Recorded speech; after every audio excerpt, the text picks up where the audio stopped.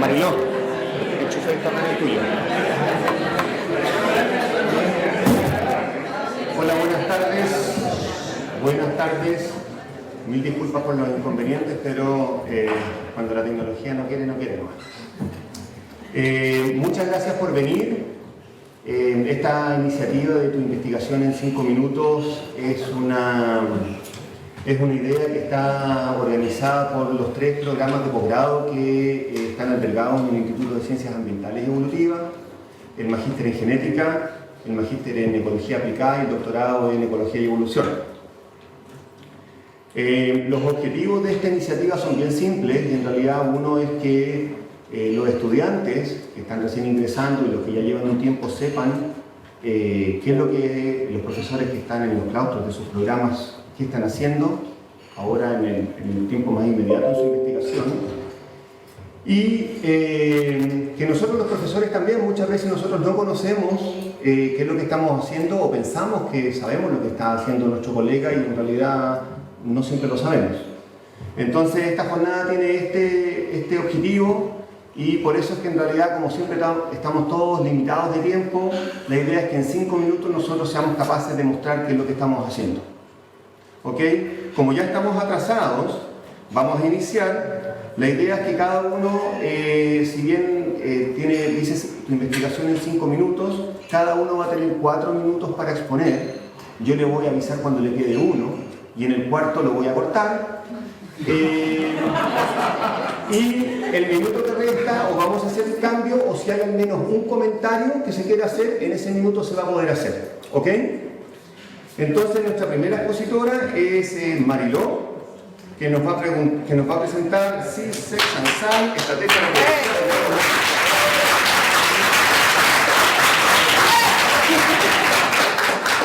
Más estresante que un congreso internacional. Entonces, Mariló Guimard, yo soy parte del ICAE y también de un laboratorio internacional con Francia y nosotros, en el laboratorio internacional, lo que queremos hacer es proponer nuestros modelos de estudios, que son algas que tienen estos ciclos de vida un poco raros, como nuevos modelos de estudios para estudiar preguntas clásicas evolutivas. Ustedes están acá en estos ciclos de reproducción con la mayor parte de su ciclo de vida en el estado diploide, 12 de cromosomas, tienen una meiosis, forman sus gametos y la fecundación lo junta y están de nuevo en estado diploide. Mis modelos de estudios tienen un desarrollo ambos en estado diploide y en estado haploide.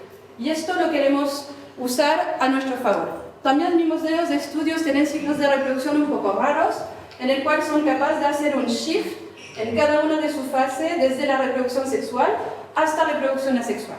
Entonces tengo unos modelos de estudios un poco distintos al nivel de los ciclos de vida.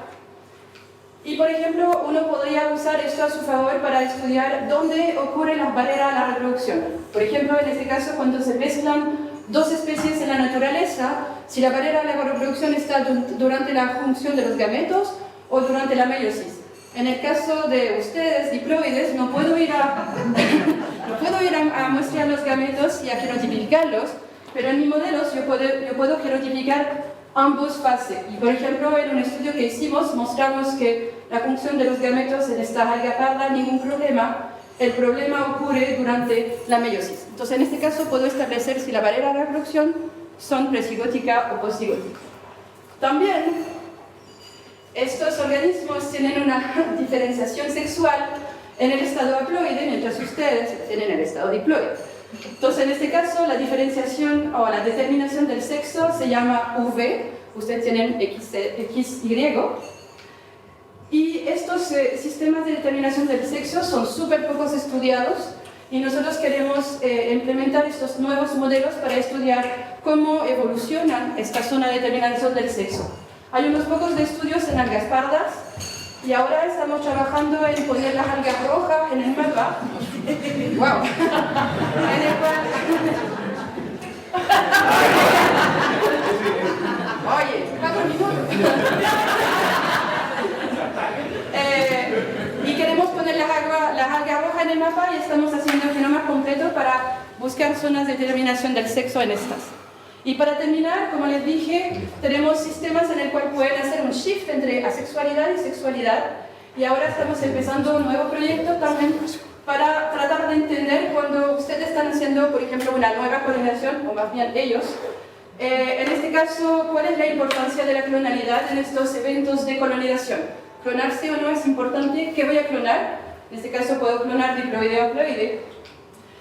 ¿Y qué impacto esto va a tener en mis poblaciones? Por ejemplo, ahora estamos trabajando con matemáticos y bioinformáticos para tratar de detectar efecto fundador, vía de colonización, evento de selección, pero no solamente en bichos que usan la reproducción sexual, pero en asexuales sexuales. Y esto. Muchas gracias.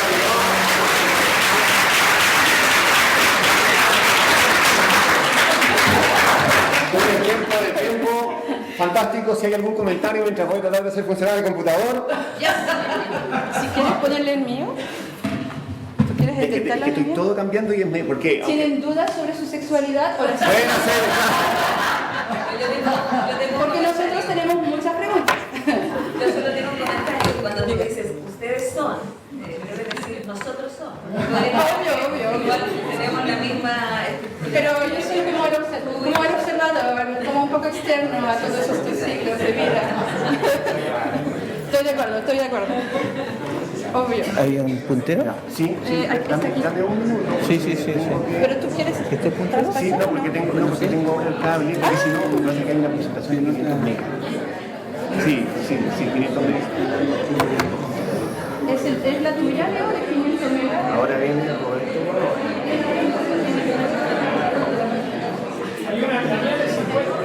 No, es la tuya. ¿Está? Te voy a pasar el tiro, Roberto. Déjame ver, porque esto tiene que funcionar. No, por eso muy por eso Eso.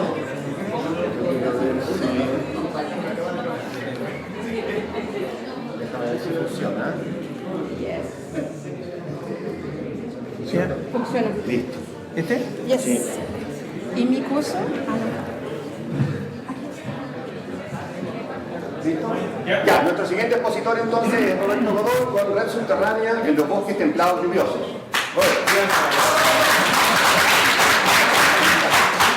De 2 minutos. Gracias por asistir.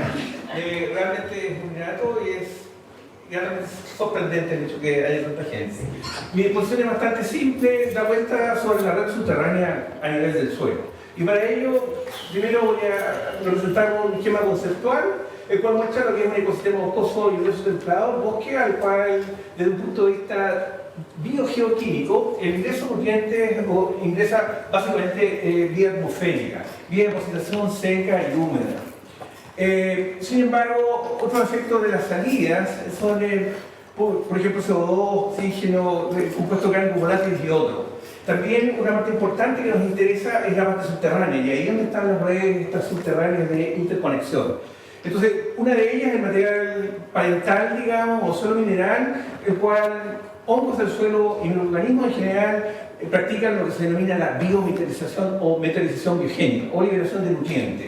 Pero también al mismo tiempo existen transformaciones de la materia orgánica a través de microorganismos del suelo, los cuales son de particular interés para poder ver cuáles son los balances de nutrientes dentro del ecosistema y que permiten una estabilidad bastante operativa y funcional. Hasta el momento, la mayoría de los compartimentos del bosque lo hemos estudiado así en forma multidisciplinaria, dado que es un sistema bastante complejo y se requiere de la participación de hidrólogos, climatólogos, microbiólogos, botánicos y otros. Lo importante sí es señalar que los bosques templados en la región presentan mecanismos altamente conservativos, a pesar que los montos de precipitación son extraordinariamente altos. En la parte montana del orden de 8.000 milímetros anuales, o sea, 4 veces más alto que en Valdivia. Esto nos ilustra, digamos, los sitios de investigación que están en la cordillera de la costa y cordillera de los Andes. ¿Por qué? Porque es ahí donde encontramos bosques prístinos, que es lo que a nosotros nos interesa estudiar. Sin embargo, también hemos hecho algunos estudios en la parte de la depresión intermedia, producto que es una fuente de emisión de compuestos y alteración, por supuesto, a medianas distancias. De esta forma, en la parte del suelo, entonces convergen aspectos que tienen que ver con la física, con la química del suelo, y muy en particular con un grupo funcional que son los hongos simbiontes, los cuales interconectan las raíces de las plantas y hay un traspaso de energía y de nutrientes que hace que el ecosistema funcione, digamos, en perfecto equilibrio y se mantenga a través del tiempo. Eso es. Gracias.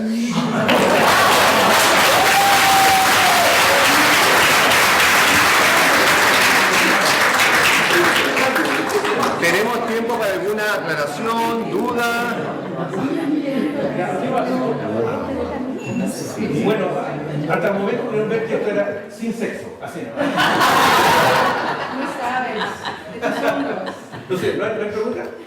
No hay pregunta, entonces vamos a dar, así vamos recuperando un poco de tiempo. Vamos a dar paso a Alejandra Zúñiga.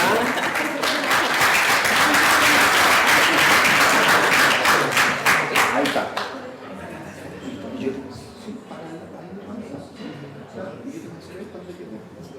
Muchas gracias, Alejandra. Muchas gracias por la oportunidad también de presentar lo que trabajamos en el laboratorio y por la asistencia también y la oportunidad de compartir. Aquí solamente puse unas keywords. ¿Cómo te encuentras aquí? Sí, el botón del medio, el redondo. Ahí está. Aquí hay unas keywords solamente. Nuestro principal línea de investigación es ecofisiología vegetal, interacción suelo-planta y nutrición vegetal. Y como para situarlo dentro de qué niveles de organización estamos trabajando, sería ecología de poblaciones indígenas.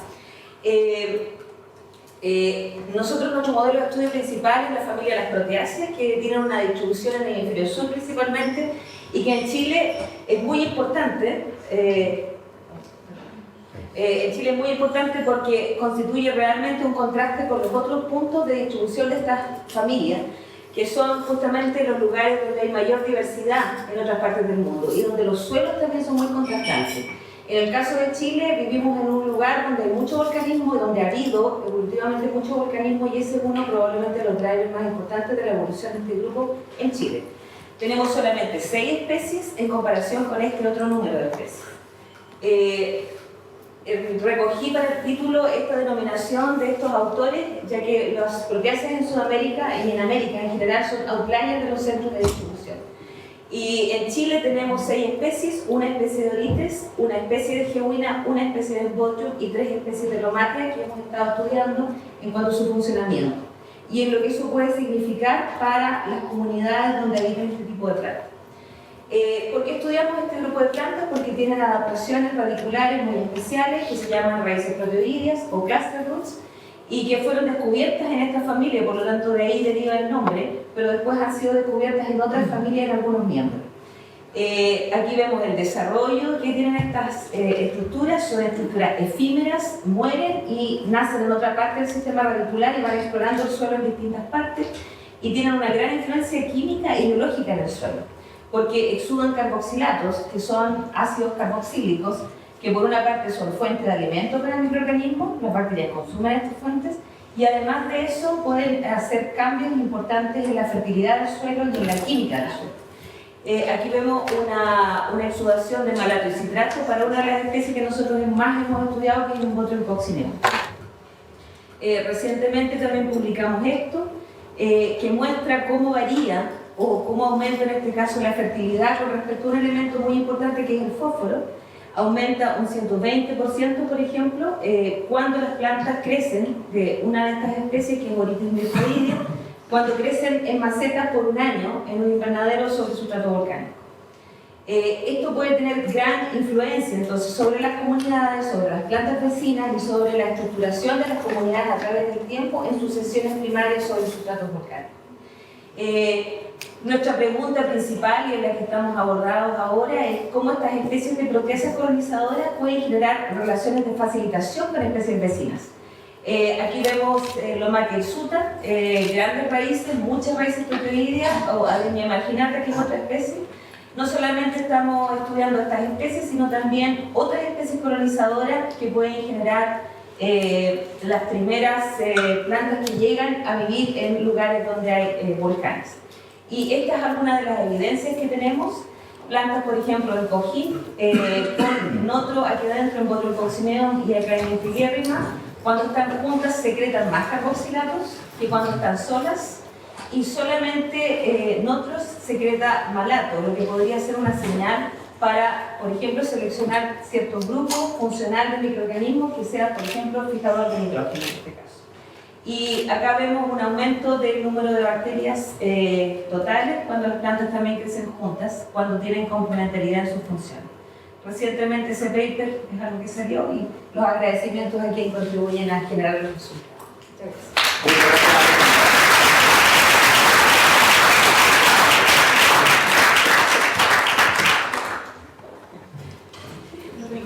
Tenemos un minuto para pregunta, comentario, algo.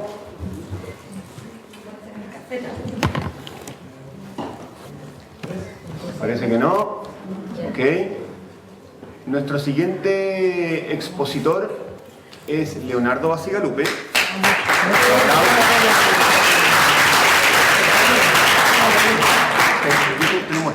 Listo. Con Anfibios en un mundo cambiante, desafíos y oportunidades. Adelante, Leonardo. Bueno, buenas tardes para todos. Gracias a los jefes del programa por organizar esto. En nuestro laboratorio tenemos 3 grandes líneas. Les voy a contar un poco de la principal. Este es un trabajo muy colaborativo, imposible, como dijo Ale, y supongo el resto de los colegas comparte hacer algo solo. Nosotros estamos trabajando con 3 grandes temas en anfibios, principalmente vinculados a entender el impacto de los principales drivers sobre la biodiversidad en Chile, en términos, por ejemplo, de enfermedades emergentes, tratando de identificar patrones espaciales, climáticos o macrogeográficos para poder entender qué puede estar pasando. Asimismo, estamos intentando generar de manera un poco más aplicada identificar zonas de alto o bajo riesgo para la presencia de esta enfermedad, de manera de poder conversar un poco con las autoridades. Estamos tratando de ver un poco con el SAC, a ver si se puede generar alguna política al respecto. Otro tema importante que tratamos es el tema del impacto del calentamiento climático, desde la fisiología clásica,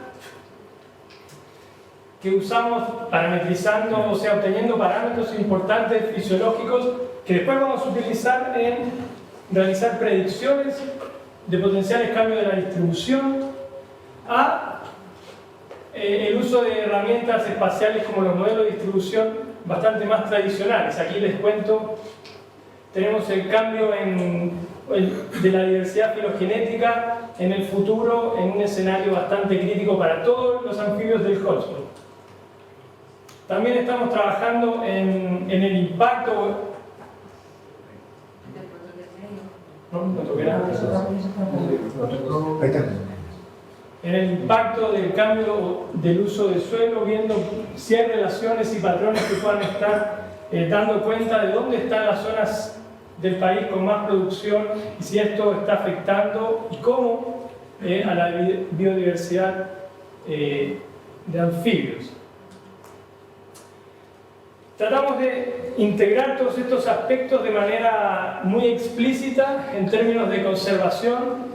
Por ejemplo, esto muestra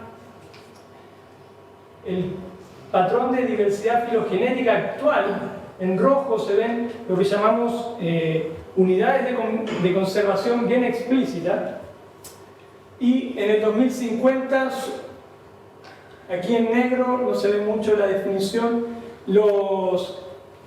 cómo esas unidades de conservación deberíamos cambiarlas en el espacio si es que quisiéramos seguir conservando una cierta diversidad filogenética. En el mismo sentido, estamos intentando, este es el sapito de Mewin, una especie endémica de la zona nuestra, de los ríos, y con una aproximación iterativa con un par de colegas aquí del instituto. Es una especie que se conocía en solamente 4 localidades y hemos podido estadísticamente descubrir y chequear en terreno la existencia de 5 poblaciones más. Entonces ahora estamos tratando de convencer de hacer alguna suerte de área de protección en la zona con algunos privados.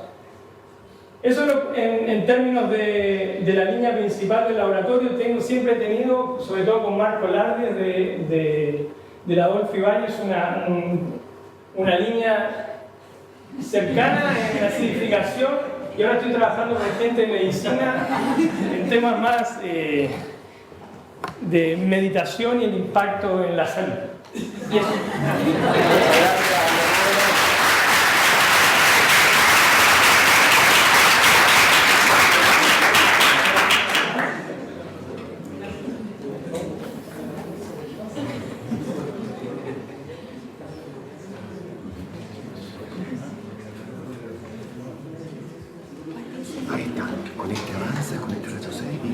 pero cuando apretas esto, ¿qué es lo que le pasa a ellos? Que se vuelve a hacer, ¿ok?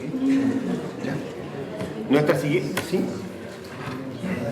Listo. Nuestra siguiente expositora es Nicole y nos va a hablar desde células hasta comunidades, cómo responden los peces a estresores múltiples. Muchas gracias, Nicole.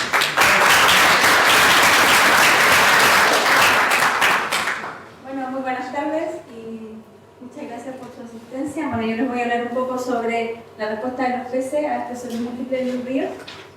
Bueno, primero que nada, los ríos son sistemas altamente dinámicos, muy importantes en el equilibrio de los ecosistemas, pero a su vez también son fuente de recursos para los seres humanos, por lo cual hay diversos servicios ecosistémicos que proveen los ríos, pero también este fuerte uso provoca fuertes alteraciones.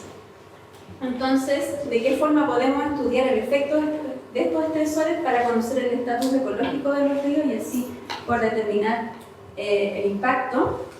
Bueno, principalmente este estudio es a través de especies centinelas, a través de su respuesta, específicamente en este caso en peces. ¿Por qué peces? Porque los peces poseen un gran tamaño corporal, ocupan niveles tróficos superiores, son longevos y además el grupo de los peces tiene una doble relevancia porque es un grupo altamente vulnerable con un alto porcentaje de endemismo, por lo cual el aumento en el conocimiento nos va a ayudar también a su conservación. Bueno, los peces tienen múltiples respuestas dependiendo del nivel de organización biológica en el cual se está evaluando, ¿cierto? Y tenemos dos herramientas principales para poder evaluar. Una son los biomarcadores.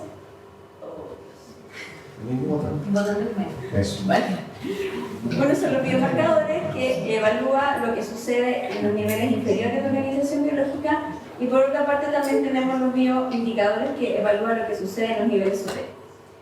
Los biomarcadores por una parte nos van a entregar información acerca de la señal temprana de impacto como también las posibles causas y los bioindicadores nos van a dar un efecto tardío pero de mayor relevancia ecológica. Por lo tanto, todo apunta a que en un diseño deberíamos incorporar tanto al menos un biomarcador y un bioindicador para tener una respuesta más certera sobre lo que está sucediendo con los peces y por supuesto esto extrapolarlo a un estatus ecológico en el río. Bueno, un buen diseño va a incorporar tanto un estudio in situ, considerando un diseño base que considera sitios de referencia y sitios impactados para poder comparar y determinar referencias y así determinar el nivel de impacto. Y también, por otra parte, tener un diseño experimental para poder determinar causas más específicas de impacto. También es importante considerar que las especies que utilicemos para poder realizar este diseño de estudio tienen que ser especies claves en el ecosistema. Bueno, esto se ha testeado principalmente en ríos mediterráneos, específicamente en el río de Volga.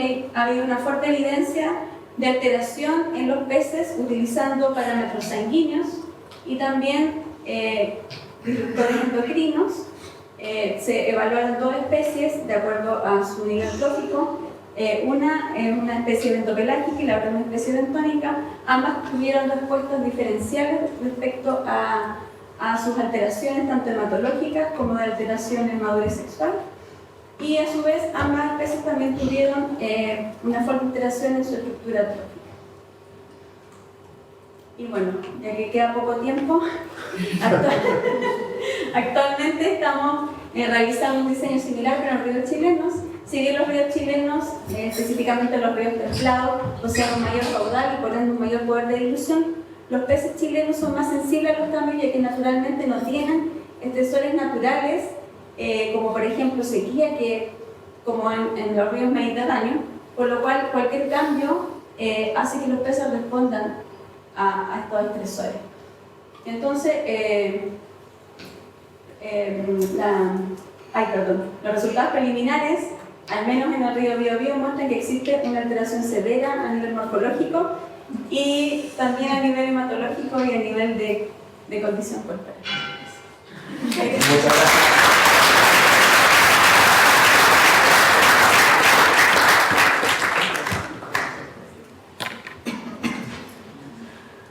Nuestra siguiente expositora es Andrea. Ah, no. No, está bien, yo rayé mal. Mil disculpas. Sí, es Alejandro, sí. Bueno, yo voy a ganar tiempo, la verdad es que quiero agradecer la oportunidad, porque yo de verdad soy biotecnólogo, pero tiendo a enfrentar problemas de todo tipo y me encanta la ecología y me encanta poder vincularme con otras áreas y la verdad es que es una gran oportunidad para mí. Bueno, yo trabajo en varias cosas, pero lo que voy a contar hoy día es sobre anticuerpos. Ustedes saben, los anticuerpos convencionales tienen cadenas pesadas y cadenas livianas, pero en el grupo de los camélidos solo tienen cadenas pesadas. O sea, tienen dos, pero tienen este tipo de anticuerpos. O sea que todo lo que una alpaca o un camélido genera puede expresar una proteína que puede ser extraída de un gen. O sea, podemos pegarle un pinchazo a una alpaca, levantar una respuesta inmune y ir a robarle el gen desde un linfocito y después producir este anticuerpo de forma ilimitada en un bioreactor. O sea, anticuerpos recombinantes ilimitados. ¿Y para qué? Para todo. Estos anticuerpos son chiquititos, tienen la capacidad de ser manufacturados de forma indefinida, tienen alta afinidad, son resistentes, son modificables, etcétera, etcétera. Y la idea es tratar de aplicarlo para algo que haga sentido desde nuestra perspectiva, por ejemplo, para el virus, donde ustedes saben los ecólogos son una población de riesgo. De hecho, entonces, el virus se transmite a través de la vía nasal, digamos, por este Oligozomic longitudinalus, el virus, un virus de RNA que es de fragmentos, y lo que estamos haciendo acá con SEBA es producir una herramienta de diagnóstico. A las alpacas nunca le hacemos nada, o sea, las pinchamos, pero después de 100 ml de sangre sacamos los genes y la alpaca se va a vivir de nuevo al campo y ahí está un año comiendo pasto sin problema. Bueno, la cosa es que, fíjense acá, de esta alpaca tenemos suero preinmune, suero coinmune y tenemos un anticuerpo que es capaz de hacer el diagnóstico tan bueno como lo hacen los anticuerpos de conejo, hoy en día, que es con el que se hace el diagnóstico en Chile. Y Martín es un super animal, a él lo inmunizamos con un virus vacío y fíjense que el suero de Martín es capaz de neutralizar el virus antes. O sea, el virus, o sea, el suero antes de inmunizarla y el suero después de inmunizar, y ustedes pueden ver que el suero de esta alpaca es capaz de bloquear la entrada viral. Entonces ahora estamos trabajando en aislar los anticuerpos para poder producirlos de forma ilimitada y ojalá dar una alternativa terapéutica al virus antes. Ese es nuestro desafío. Pero también trabajamos en marcadores de Parkinson y Huntington, en Chua típico, en cáncer de mama, cáncer de próstata, y lo ideal es que ustedes piensen esta herramienta como un posible herramienta para ustedes, porque aquí podemos inmunizar una alpaca con un patógeno, no sé, de los anfibios o alguna planta que ustedes quieran identificar, alguna molécula que se les ocurra que pueda funcionar como un biodetector o lo que sea. Así que poner esta herramienta también a disposición de ustedes y sus clientes que se les ocurra alguna buena idea. Bueno, también esquilamos la alpaca, hacemos un que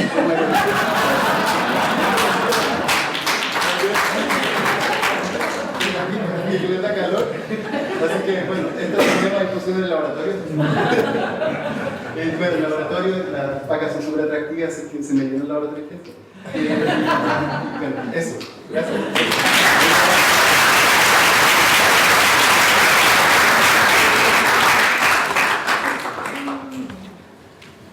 Ahora sí, nuestra próxima expositora es Andrea Silva, quien... Le cambiaste el título, ¿no? Sí. ¿Qué está esa? No hay la abeja maya. Ya, ok. Ay, toma.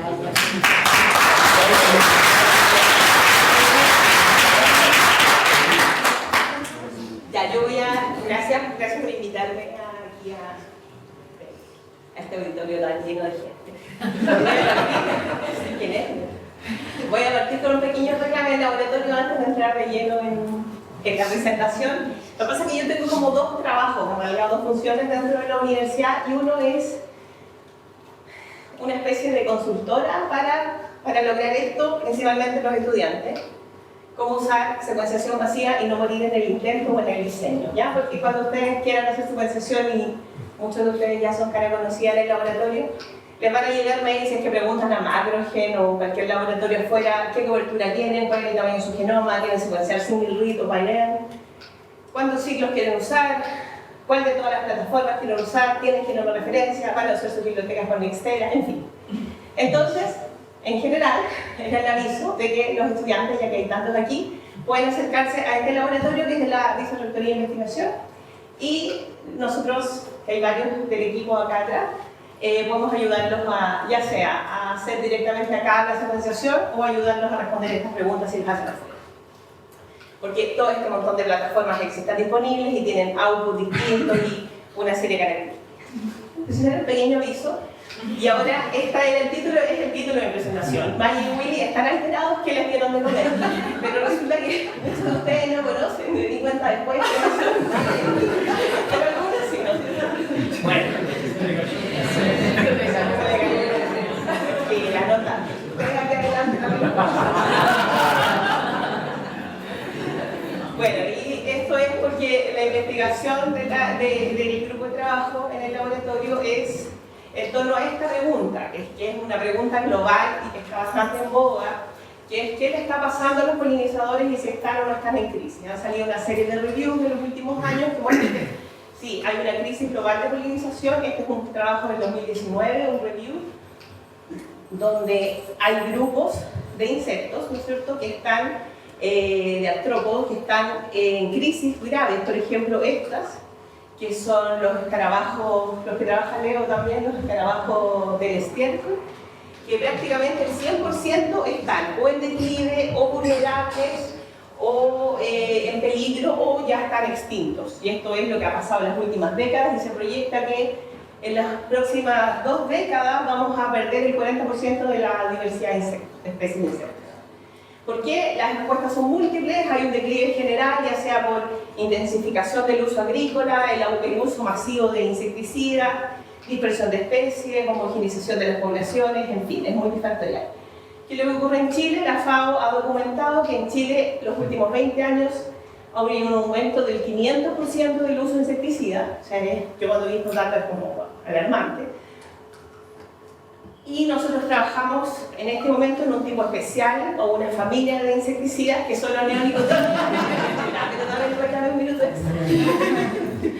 Que son los neonicotinoides, que son unos insecticidas que son aplicados en la semilla completa y permanecen por mucho tiempo en el ambiente, y estamos viendo qué es lo que ocurre a nivel transcriptómico y proteómico, qué genes están produciendo cambios, qué genes están cambiando su expresión, y también a nivel fisiológico, por ejemplo, con curvas de desempeño térmico. El modelo de estudio es Apis mellifera y los estudios son genómicos. ¿Qué significa esto? Que se estudia el genoma completo, se secuencian todos los RNA mensajeros o se estudian todas las proteínas en las células para después comparar en una condición control con un tratamiento y ver qué se sobreexpresa o qué se subexpresa. Hemos encontrado alteraciones a nivel del efecto directo del insecticida, o sea, a nivel de la conducción del impulso nervioso, que es donde se aloja el insecticida y produce alteraciones en el sistema inmune y en el polietismo. Muy resumido, en el sistema inmune hay disminución de las proteínas de la jalea real, producción de estas proteínas, de estas enzimas y de proteínas. Y ya la última. Y el polietismo, que es bien interesante, nosotros solamente estudiamos abejas nodrizas, que son las que están adentro de las colmenas, pero el perfil hormonal era más parecido a las abejas pecoreadoras, que son aquellas que salen a recolectar el polen. Por lo tanto, estamos hipotetizando que el neonicotinoide que está en el ambiente está produciendo forrajeras precoces. Muchas gracias.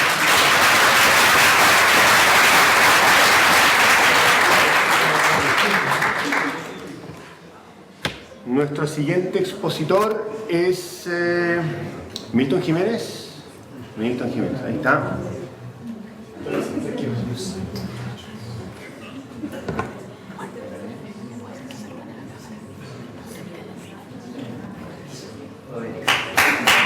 Aplauso para Milton. Como ustedes pegados las redes sociales, por favor. Saludos todos. 1, 2. Gracias. Ok. Rápidamente les voy a hablar un poco de lo que hacemos en el laboratorio. Son cosas pasadas, presentes y futuras.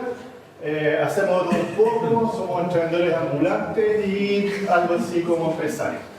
Ya lo van a ver. Básicamente intento explicar los patrones ecológicos observados en la naturaleza usando aproximaciones funcionales. Creo que no lo he logrado nunca, pero es lo que tratamos de hacer. Y en eso, algunos ejemplos, las imágenes hablan más que que yo mismo. Por ejemplo, ahora Milena Vera está evaluando cambios en la diversidad y funciones de ensambles de hongos en distintos ambientes de la Patagonia. La Pato está trabajando o evaluando los efectos de perturbaciones sobre el desempeño de orquídeas nativas. Y ahora en colaboración con el profesor Opaso y con Tanza Borges estamos tratando de entender un poco cómo funciona el mimetismo en plantas. Así como verán, sujetos de estudios varios, preguntas varias. Es un enfoque más bien ecohidrológico. Una de las cosas que yo he hecho es intentar entender cómo los árboles se relacionan con el ciclo hídrico a través del consumo de agua principalmente, y hemos logrado medir en tiempo real las tasas de consumo de agua de especies nativas y exóticas. En ese mismo contexto, utilizando rasgos funcionales del sistema de transporte con Beatriz Salgado, por ejemplo, evaluamos cómo estos rasgos explican la distribución de especies arbóreas en bosque de niebla en Fray Jorge. Y recientemente, un artículo de Rocío Urrutia, evaluamos, la vulnerabilidad del sistema vascular usando una aproximación fisiológica en el caso del particular de alergia. Tenemos también un experimento que tratamos de que sea a largo plazo, donde estamos tratando de evaluar los efectos del cambio climático sobre las especies arbóreas, una exclusión de precipitaciones, sacamos el agua y simulamos la sequía. Colectando información referente al desempeño nuevamente de los árboles, crecimiento, aspectos relacionados con la fenología. También hemos estado investigando los efectos de la sequía en la Araucaria y tenemos datos ciertos de que efectivamente la sequía prolongada genera un fenómeno llamado carbon starvation, que reduce el estado fisiológico y energético de la planta y lo que la tendría deprimida. En otras aproximaciones también hemos estado estudiando la mortalidad masiva del año 2015 de árboles en la región, en Panguipulli particularmente. Y lo que hemos logrado observar ahí es básicamente que las respuestas son especies específicas y que, si bien hay un factor intrínseco de las especies en responder a la sequía, además hay condiciones de sitio muy particulares que hacen que estas especies sean más o menos vulnerables al cambio. Gracias, profesor.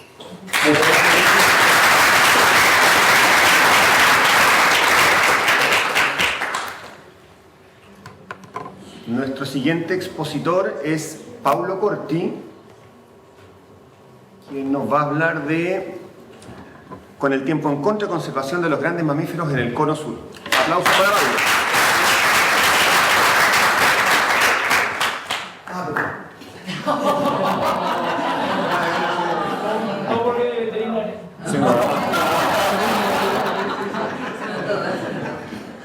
Muchas gracias. Bueno, les quiero contar un poco lo que hacemos en mi laboratorio. Yo lo autodenominé Laboratorio de Manejo y Conservación de Vida Silvestre. No hay ninguno en la universidad. Es raro. Y principalmente lo que hacemos es tratar de producir conocimiento para manejo y conservación de, en este caso, grandes mamíferos. Por ejemplo, durante los últimos años una de mis especies foco fue el huemul. Trabajamos, por ejemplo, con dinámica poblacional, pudimos identificar distintas causas de mortalidad para distintas épocas del año, de acuerdo a diferentes edades de los animales. Con eso se puede determinar algunas acciones de manejo y conservación para esta especie, por ejemplo. También en los aspectos moleculares, podemos notar que dentro de las poblaciones de huemul había una baja en la... Ya eran bajos en términos de variabilidad genética, sin embargo, posiblemente a nivel entre poblaciones, la variabilidad genética es un poco más grande. En diferencia entre esas poblaciones, encontramos distintos clados, 3 clados específicamente a lo largo de su distribución longitudinal, lo que permite quizás ir pensando en otro tipo de manejos a futuro para poder ver alguna posibilidad de conservación de esta especie. También algunos aspectos aplicados, en este caso tratamos de ver si es que los comunes podían usar áreas de explotación forestal, y sí pueden, de acuerdo al tipo de manejo que se haga del área, si es que se permite, por ejemplo, explotaciones forestales en una densidad menor a la habitual, permiten la entrada de luz, crece el sotobosque, existe alimento para los animales.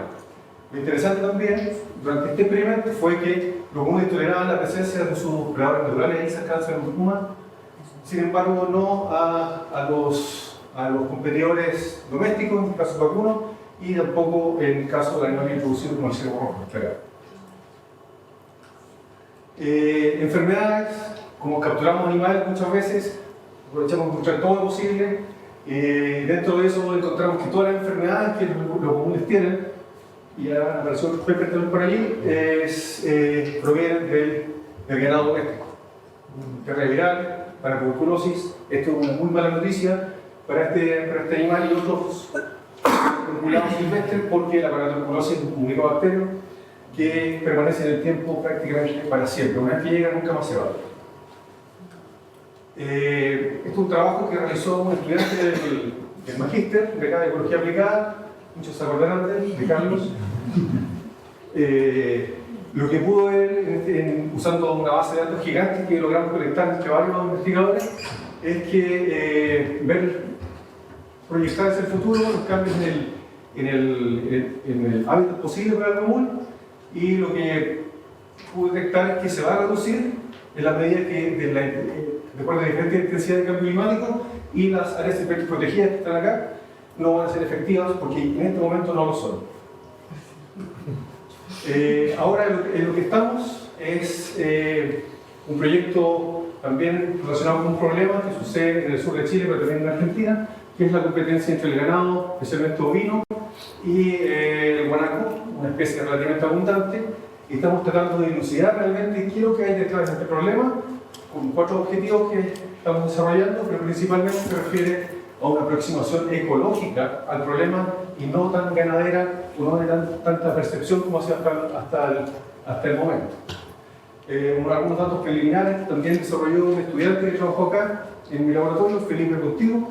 Pudimos notar que al menos en una temporada las ovejas no cambian mucho su nicho, dependiendo de si están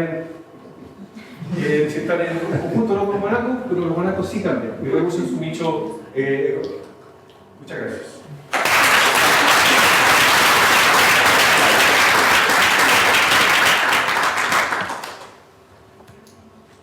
Y el último expositor de esta tanda, antes de pasar al coffee break, es Horacio Samaniego, que nos va a hablar de ciudades como ecosistemas complejos.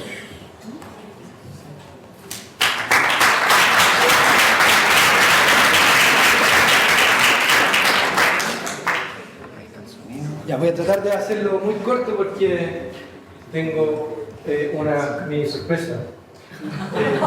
Básicamente, las ciudades, hoy día además de la mitad de la población vive en ciudades, queremos comprender cómo funcionan estas ciudades, cuáles son las dinámicas asociadas, y yo, siendo un trasplantado de la ecología, hemos tratado de usar en el laboratorio aproximaciones desde la ecología y de la ciencia de los sistemas complejos, partiendo de la base que necesitamos una visión integral para comprender este fenómeno, que es un fenómeno complejo, y ayudados por herramientas de información y tecnología para comprender estos indicadores urbanos. La aproximación es prestada de la geografía y en una área como escondida que se desarrolló en los años 50, que en este paper publicado ya en los años 70 por unos suecos, por Thorsten Hagerstrands, que plantea que en realidad es posible comprender cómo se mueve la gente dentro del ambiente urbano y su interacción con lo construido y entre las personas a medida que podamos cuantificar y comprender cómo se mueven individualmente las personas. Es decir, que a través de este espacio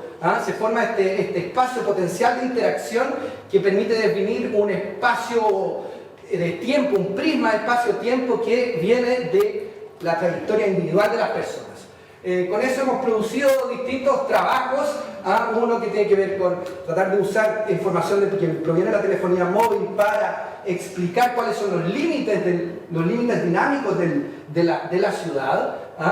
Otra parte, comprender, por ejemplo, fenómenos de segregación social ya en las áreas de trabajo, comprender un poco cómo se van agregando nuevas ocupaciones en el espacio de trabajo, y comprender también o modelar las redes de interacción, las redes complejas de interacciones sociales mediadas por telefonía móvil en ciudades de distintos tamaños.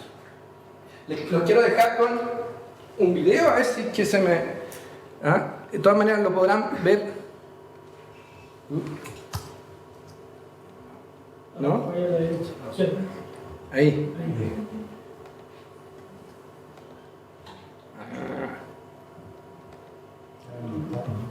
Ahí está.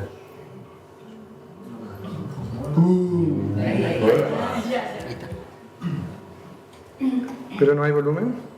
Ahí. No hay volumen en los parlantes.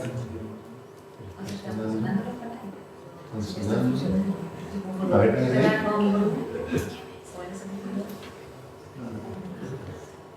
bueno. Yo quería darle el toque tecnológico, pero bueno. Lo pueden ver en YouTube, buscan Laboratorio Ecoinformática. El tema esencial, voy a pasar a la otra y después veremos si es que hay tiempo de ponerles el video, es dejar la noción de que en realidad hoy día existe una cantidad de datos disponible, colectado pasivamente sobre nuestro devenir a través de este aparato que es el teléfono celular, que permite pensar en que estos teléfonos celulares y minar esta información va a ser análogo, se puede pensar como un socioscopio análogo al telescopio que utilizó Galileo Galilei, que fue originalmente pensado para mirar la Tierra cuando lo apuntó hacia el cielo, miró el cielo del área de la astronomía. Entonces es un poco en ese camino que queremos desarrollar el laboratorio. Y bueno, los dejo, vayan a la página Ecoinformática, hay un video súper cholilupi.